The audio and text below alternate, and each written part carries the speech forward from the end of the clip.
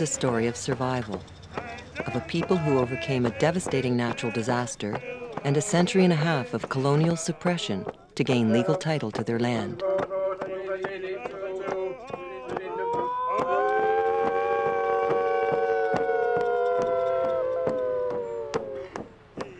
Since time immemorial, Kaliaksamlisms, the river Nyce, and the mountains which surround it have been home to the Nisga'a people. The dark beauty of the cedar-clad hillsides have inspired legends of mystery and wonder.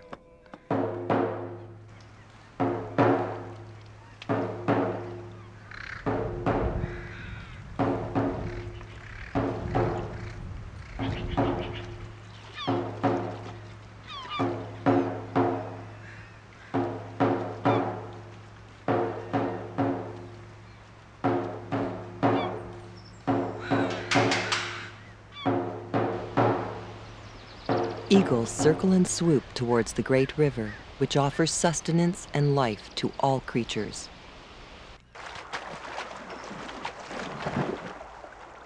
As Britain's power spread round the world, merchant adventurers sought their fortunes in the rich lands of North America, which were still under the control of the Crown.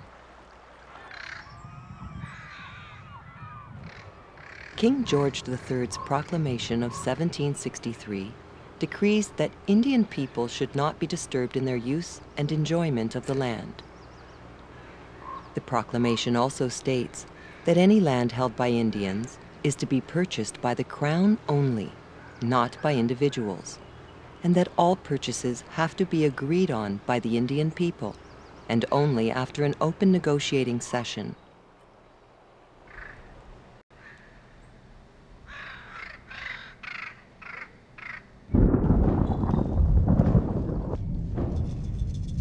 In 1780, there came a terrible disaster. A huge volcano erupted. The boiling sea of lava poured down the valley, pushing the river up against the mountains to the north. It was a terrifying and tragic time. More than 3,000 people perished in the fire and noxious gases. The vast lava beds are respected as a sacred memorial.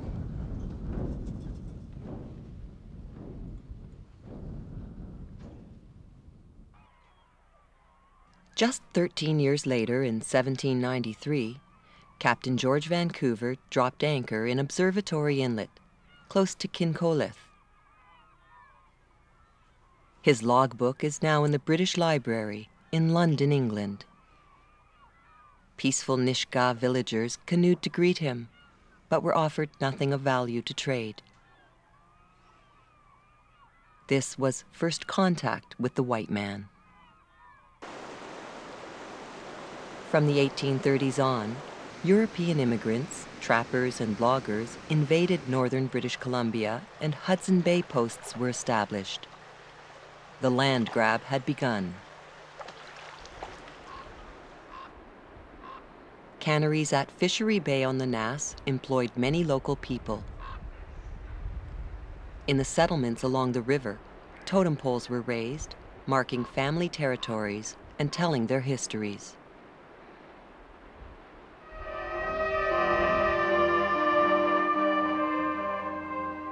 In 1864, missionaries arrived in Kincolith, imposing alien teachings and disrupting age-old cultural traditions.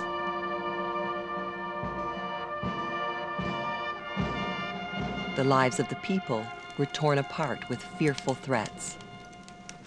In order for you to get into heaven, our people were told by the missionaries, you got to burn your regalia, the most sacred blanket of our nation. You burn your regalia, cut down the totem poles and burn them. My brothers and sisters and I would play under my grandfather's house. What he had done with respect to the family totem poles, rather than just cut them down or burn them, he had cut them down and cut them in sections to be used as footings that would hold up his house. So here we are as children playing under the house, and all of these creatures are looking at us made of wood. And we had no idea what they were.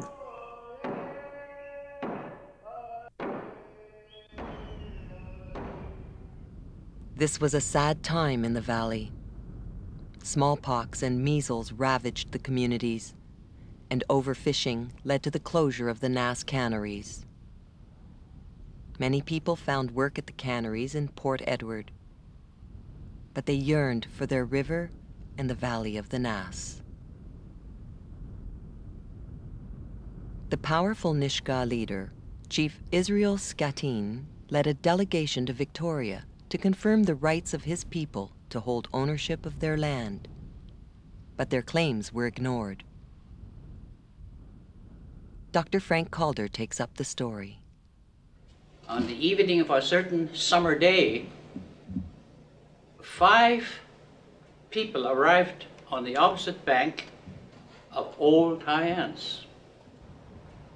The people who were along the beaches, some of them sitting down on a nice grassy hillside, watched these people as they were pitching a tent. The chief told his braves to go across the river to find out what these people were doing. You see this little instrument here, we're looking through it to place a line on this side of the river. We're going down that way, and so far down that we're going to cross the river, and we're going to go behind your community, cross the river, and then we'll come back here. And Queen Victoria, our gracious Queen, is going to give you this land. Out came the Hudson Bay muskets. No more conversation. And they pointed at those surveyors and says, "Get off my land." That was the birth of what is now known as the British Columbia land question. The surveyors continued their work establishing reserves across the province. The government in Victoria stepped up its policy of suppression of Aboriginal rights. Another misguided and cruel step was the residential schools program. Run for profit, its purpose was to eliminate the Indian problem. Overcrowding, sickness, and abuse led to the deaths of thousands of children. New customs estranged the youngsters from their families and communities. They just told my parents to get me ready, that they were going to take me with them. They come up to Kintola, take names, and the next thing you know, we were gone. As they packed my little bag and whatever clothes I had, I was crying all the time. Chief Arthur Calder, whose own son had tragically drowned, adopted the young boy Frank. He stood me on the table and he told the big feast, "I'm going to send this little boy to a white man's school. And he's going to learn how that white man walks, how that white man runs, what he eats, how he sleeps. I'm going to turn him into a white man. And when he comes back, you see that mountain over there? He's going to move it." So Frank spent years away from home and certainly fulfilled his father's wishes. But, he says to me, every time you come home in the summer, where you're going to be in my sailboat fishing, I don't want to hear one word of white man's language while you're standing on this boat. It's got to be Nisga'a. If you forget about our custom, I'm here to teach you that. For 13 bloody years, I come home and I speak Nisga'a. I never forget my culture. I know who my chief was. I retained my identity. In 1913, Nisga'a leaders delivered a land claims petition to the Privy Council in London, England. After much internal correspondence, the bureaucracy in London ruled that the matter must first be dealt with by a Canadian court. Prime Minister Borden in Ottawa agreed to treat the matter with the utmost liberality, but nothing was done. The mood in BC was unsympathetic toward Indians. They were being marginalized. The door was closed until 1960, when there was a joint parliamentary committee set up to hear the conditions of the natives. We went and appeared in front of them in 1960 with only one subject, land question. We didn't ask them to reopen it. We just start talking about the land that we own.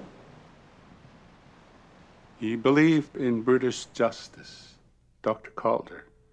He said on many occasions, British justice will prevail. He believed that the laws of our counterparts of the government would prevail, and that they would recognize that we are the true owners of this territory, this land. There was a young fellow studying the Indian question by the name of Tom Berger. I had a little office in a two-story building. It was a walk-up law office. I could still hear my footsteps walking up to the door. Well, is this the office where Tom Berger works? His answer was yes. Come on in. I don't know where they all sat, but we must have found chairs for them all. And they made it clear that they wanted to sue the province to have the courts declare that their Aboriginal title still existed. So, to make the long story short, I looked at him and I said, "You're hired." I said, well, okay, let's do it. I mean, I was very young, and that's an advantage sometimes. You're not aware of all the obstacles that lie in wait. At this stage, one of the obstacles was Prime Minister Pierre Elliott Trudeau himself, who said of Aboriginal land claims, "Our answer is no." If we sued and we lost, it would be a great setback for all the Indian people in BC. Chief Rod Robinson shared Berger's concerns and remembers those years. And this was the fear of the other First Nations right across Canada. I spent many days on the road lobbying to have the Nisga'a case accepted, and for them to dig into their pockets like us and help pay the case. And I said, no. Why get on a sinking ship? We don't want to go down with the Nisga'a. I went with them to some meetings of various Indian bands and tribes where they were much criticized. I remember Frank Calder and Jimmy Gosnell said, well, what's the alternative? To do nothing and continue to make protestations every few years to the federal cabinet, which won't take us seriously because they don't believe in the concept of Aboriginal rights or Aboriginal title. Right from day one, for years before that, we were determined. There was no bad word from Webster's dictionary that we adopted. We were confident we were going to go ahead and we were going to proceed with the business, and there's no word that's going to hold us back. They showed that firmness of spirit, if you like, that has characterized the Nisga's in their long history. Dr. Calder was a believer in that. And he led our people into the court cases here in British Columbia, the Supreme Court case where we lost. They tried again in the appeals court, and again we lost, and they entered the Supreme Court of Canada in Ottawa. We were flying down on the plane with the lawyers for the provincial government, traveling economy, and the lawyers for the province were in the first-class section, but they came back to our economy section to chat, and they said, we understand Emmett Hall isn't going to sit. Well, Emmett Hall had already made a name for himself as a champion of minority rights, and so that was a cause of great concern to us. we stopped in Toronto for a weekend on our way to Ottawa. And Ken Lissick had organized a gathering of 2 or 3 professors, and one of them said, well, one of my students last year is now Emmett Hall's clerk. I'll phone and ask. So he phoned, and he came back and he said, he's sitting all right. He's been waiting for this case. So, 6 of the 7 judges accepted that the Nisga'a must have had Aboriginal title before the Europeans came. They said that was their legal system, that was their concept of title.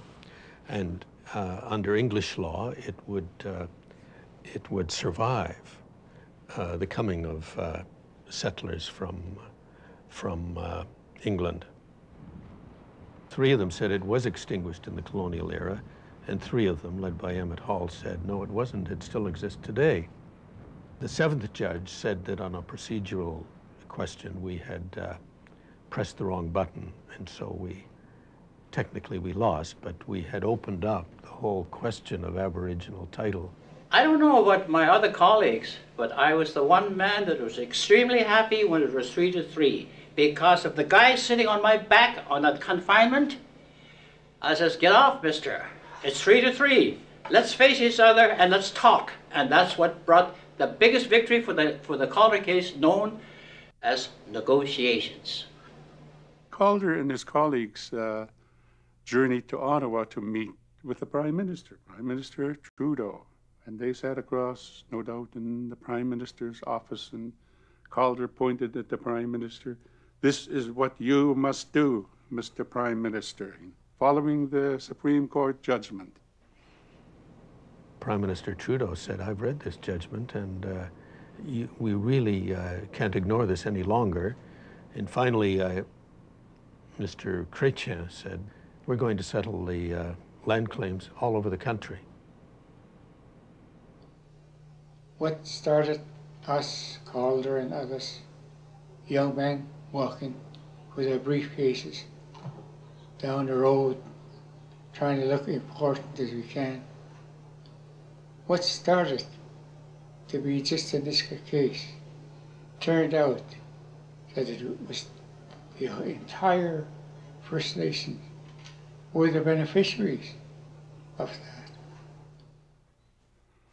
The Nisga'a negotiating team started work on what was to be a 13-year marathon.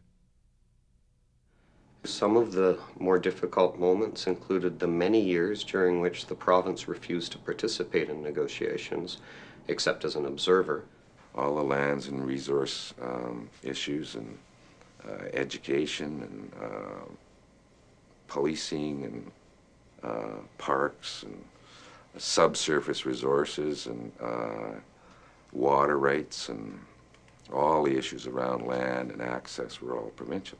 When I became Premier in 1991, one of the first acts was to establish the BC treaty process to carry out negotiations with First Nations around the province and to start the negotiations separately in a separate process with the Nisga'a.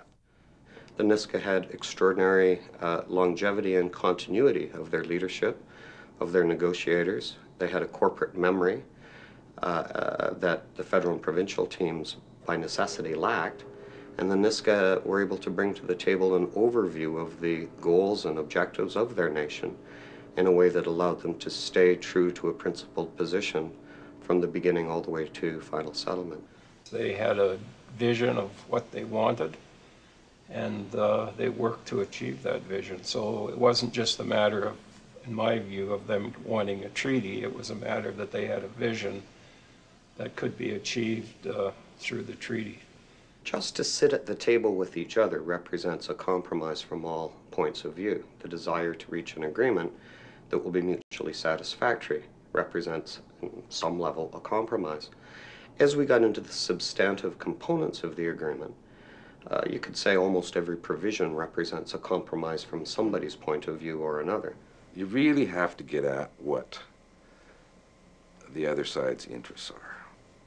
And that's easier said than done. And there was great interest in Nisga'a wanting to own the submerged lands. But from the province's point of view, we couldn't live with that at the end of the day. If you own the bed, well, you're the one who can authorize a dam. And the Nisga'a didn't want the province putting a dam on the Nyce River. So you get to the bottom of all that, and then there are solutions. There get to be all kinds of ways to skin the cat once you really get to the bottom of what the concern is. The Nisga'a delegates would ask for a moment to caucus, and the federal and provincial reps, or ministers as the case may be, would say, certainly, shall we leave the room? And the Nisga'a would generally say, no, that won't be necessary. And they would discuss the matter in Nisga'a. And having resolved it after discussion, they would then announce the outcome of their deliberations to the other side. They had some very talented people at the negotiating table. Band members, tribal council members, and consultants. Very, very talented people. I guess if they had one weapon, it was their sense of humor. When the going was toughest, people would be surprised because the laughter would be the loudest as a way of letting off some steam, letting any bad feelings go, and being able to return with a fresh mind to the job at hand. One time we were flying to Terrace, and the flight had to be diverted to Prince Rupert. We ended up having to take a bus. So we sat at the back of the bus and just started telling stories and sort of interacting with each other. And from that time on, there was a real change in everybody's, the trust relationship had gelled. We spent so much time together in all different parts of the province in incredible circumstances that we got to know each other very, very well. And it's actually probably one of the principal reasons that the treaty finally was concluded. The deal almost slipped from our grasp at the last minute. We had an issue that arose, and that was a very contentious issue, and we spent an incredible amount of time on the phone, and I had visions that the thing was going to go, it wasn't going to happen. And then finally there was a knock at my door. It was Jim Aldridge, and he wanted us to go back down to the treaty room where we had been negotiating. We couldn't possibly get through the lobby without people stopping us. So Aldridge said, let's go down the fire escape. So we get down there, and of course at the bottom there's a sign that says this door is alarmed. And Aldridge, I remember, turned to me and said, do you believe this sign, or do you not give a damn? And I said, let's go through. So we opened the door and nothing happened. Anyway, then we go into the room, and it was really tense. And then it became clear that the issue had been dropped, and we were going to move forward, and we had a deal. So we went from absolute fear and concern. We knew that there were so many eyes on us. There were so many press there. The Premier had arrived. It was quite a thing. And the Nisga'a dancers were out practicing in the parking lot across the street in anticipation, not knowing how close it came to failing. The final stop was Ottawa, to present the negotiated and ratified treaty to the House and await the results of the vote. When the vote was taken, and my colleagues and I were sitting up in the gallery as we watched, and I said to myself, I hope these people understand that what they're voting for means life or death for our people, whether we survive or not in the foreseeable future. That's what this thing is about, not just politics. The Speaker of the House declared that the settlement legislation had passed third and final reading. Well, it was a very emotional moment. It was just overwhelming. You know, I had tears welling up in my eyes, and I couldn't speak as the members of the House of Commons stood up and sang "O Canada." I said, we stood up and sang with them. Where do the Nisga's go from here? Well, that's up to them. They've always charted their own course, but they now have a treaty. They have the means to work these things out for themselves instead of simply awaiting the judgment of Ottawa or Victoria or somebody else. You know, Canada is made up of multifaceted societies, and we're part of that, and a very proud part of it. So I think that we have a heck of an opportunity up here to really show, I think, the world what it could be like. In recognition of the new status of the Nisga'a Nation, for the first time ever, the Governor-General, who is the Crown's representative in Canada, paid an official visit to the Nass. Ladies and gentlemen, it is indeed a great honor and a pleasure on my part to officially welcome Her Excellency, the Right Honorable Adrienne Clarkson, onto Nisga'a land and onto a Nisga'a traditional territory. You are the original people. You have been here since time immemorial, and we are part of that because you have allowed us to be. All of this is a negotiation. Negotiations can only happen among people who are equals and who trust each other. And that's what you as the Nisga'a people have taught us, that they can have an atmosphere of mutual trust. And I think as the treaties proceed in British Columbia, this is, and for all of Canada looking on, we have to realize that that is a beacon light for us.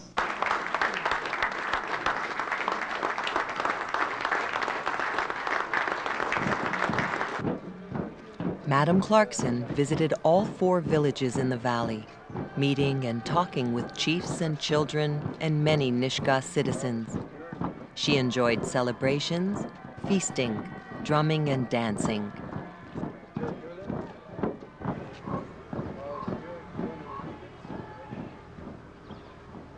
This magnificent wooden structure, based on the principles of the Longhouse, is home to the Nisga'a-lism's government.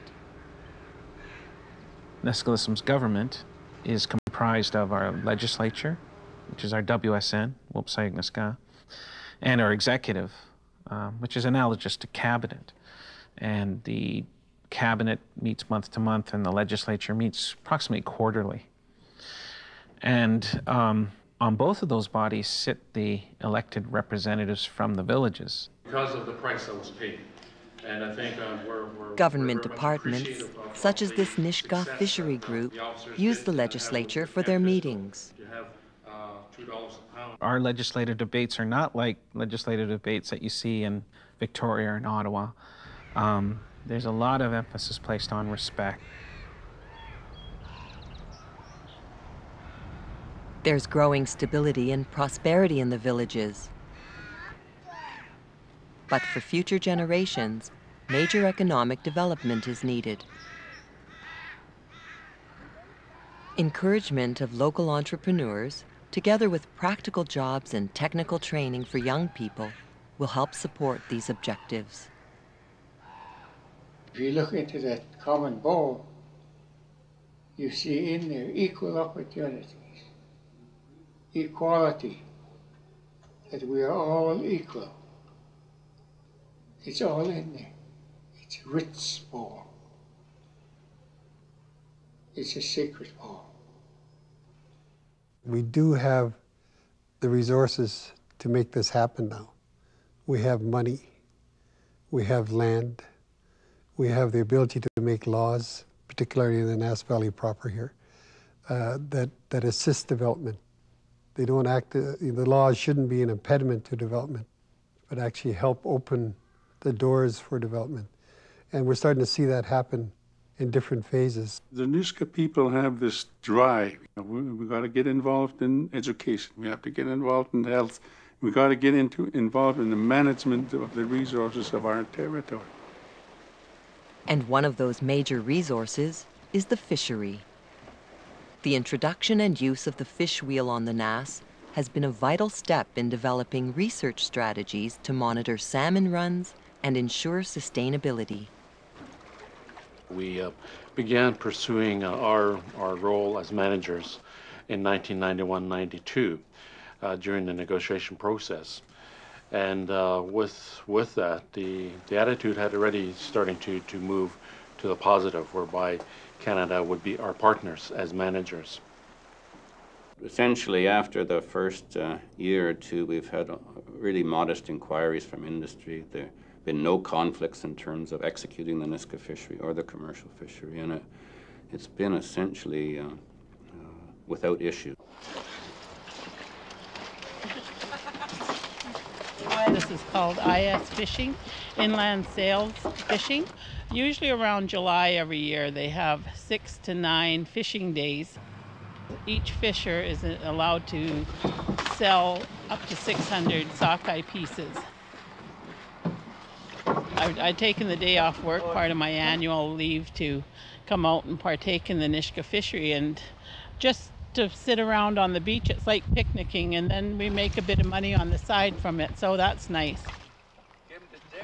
We wouldn't have this opportunity to even have this kind of fishery if it wasn't for a treaty, and the economic development will come, not as fast as a lot of people would like, but I certainly believe that it's coming.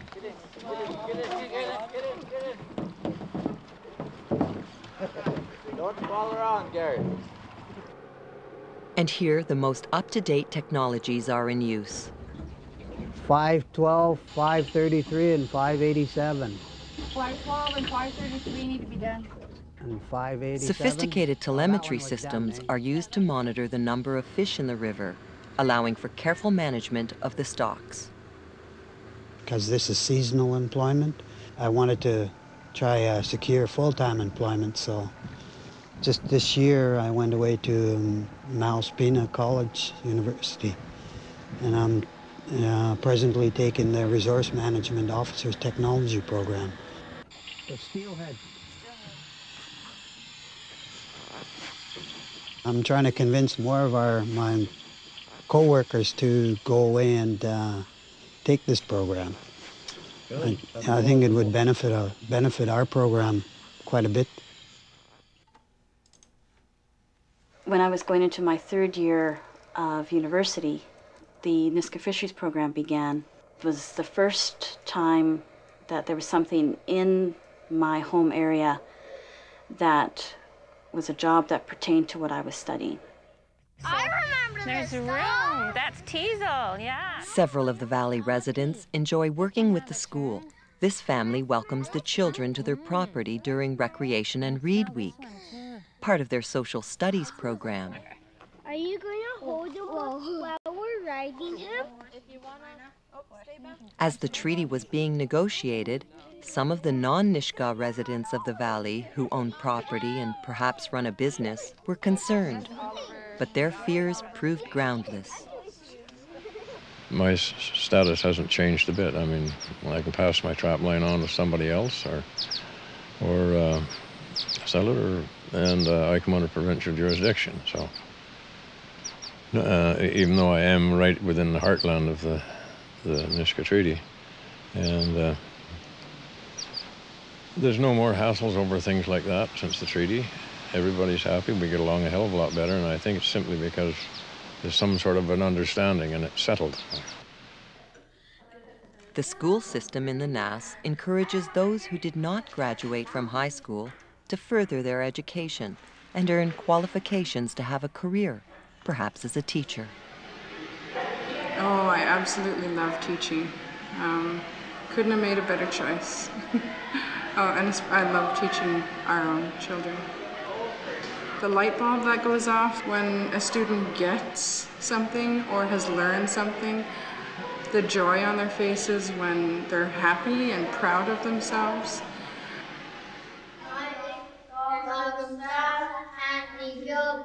Hat I would love to see full bilingual houses. That's what I'm looking for, where parents as well as children as well as grandparents and some who are speaking Nisga'a fluently.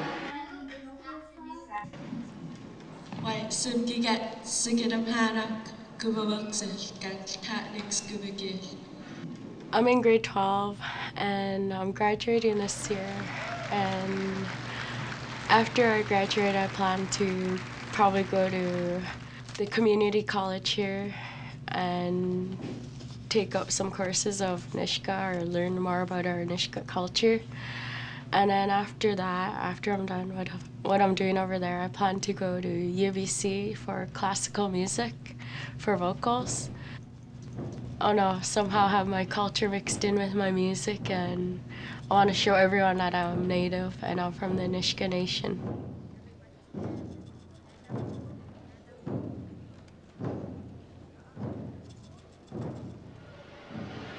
I absolutely think that the IU has a place in modern living, I guess. With the many changes that have gone on within the school district 92, I have a lot of hope for the future.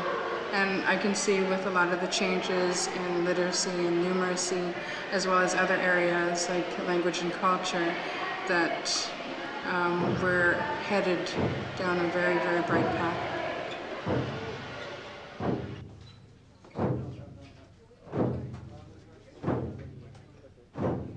We raised a sacred totem pole that all students from the school carved onto with the teachers. Back in the olden days, we weren't able to you know, do our language, and we weren't able to do a lot of things. And now that we're able to carve our own culture and stuff and put it up and show off, and we could sing it and we could dance it and we could speak it now, we're learning it. We're allowed to learn it in school. It means a lot to all the students. Dr. Joseph Gosnell, he always maintained a platform of education being key, and in order to make this treaty succeed, we need Nisga's to go out and attain their education levels, post-secondary, graduate levels education, and come back and make this treaty work. Gitwin is quite a unique community, Canada-wide, I believe. We have approximately 220 individuals living in the community. About 150 of them are children. So out of the remaining adults, there is, the last count I heard about a month ago was 37 university degrees. Most of these students are sponsored by our village. We get a budget, and the unfortunate part is we always have more applicants than we have dollars. Last year we had 16 more applicants than we had dollars, and a lot of those applicants were good candidates. You know they would have been successful. Well, I'm working here at the school, but it's for low wages, and this village doesn't really have too much to offer for jobs, just the school. And so I only work short hours, and well, my family's poor, so I have to help my dad put food on the table, so I don't know how I'm gonna get to college, but I hope to. Nestled in the bay and surrounded by mountains, Kincolith claims to be the seafood capital of the Nass. In strategies for economic development, this little village plays its part as a great tourist attraction. The annual Crab Fest draws more visitors every year. We still have some fresh crabs, and they're still crawling up the beach. They're going right into the cooking pots. That's how fresh we can get them. The compelling scenery and good fishing attract travelers to the area from all over the world. This group of sport fishers is from Germany.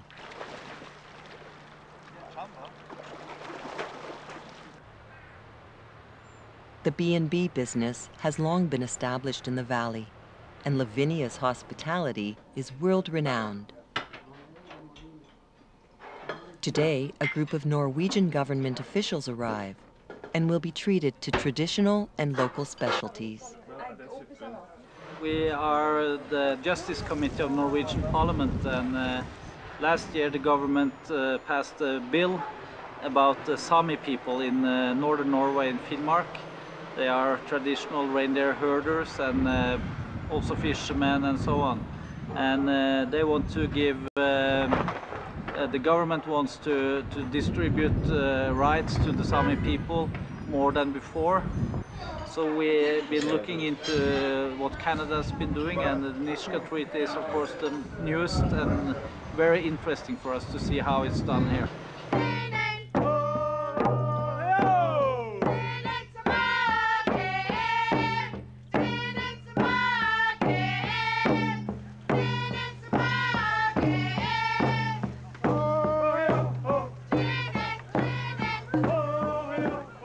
Ladies and gentlemen, it's indeed an honor on my part to extend to all of you the best wishes of the Nisga'a Nation located in northwestern British Columbia.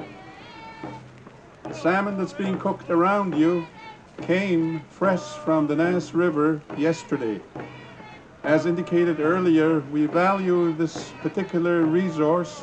It has been the mainstay of our nation for literally thousands and thousands of years.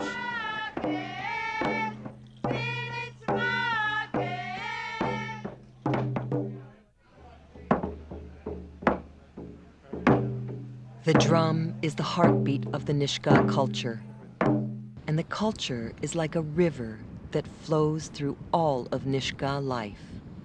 Our kids are wonderful. They can go and dance in the traditional regalia, come out with out of the change room after their performance and wear the Nikes and the basketball hats and all that. They dance in both worlds because they now are proud of who they are, where they come from, and what they are.